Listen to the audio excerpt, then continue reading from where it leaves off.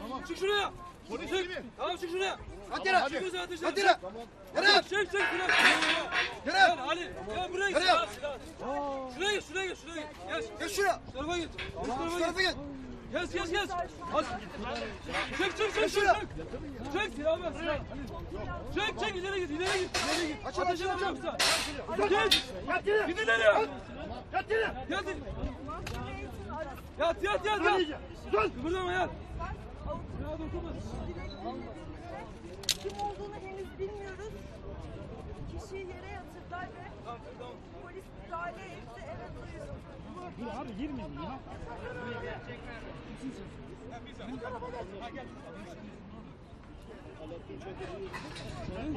Çekil buradan. Al bu tarafa.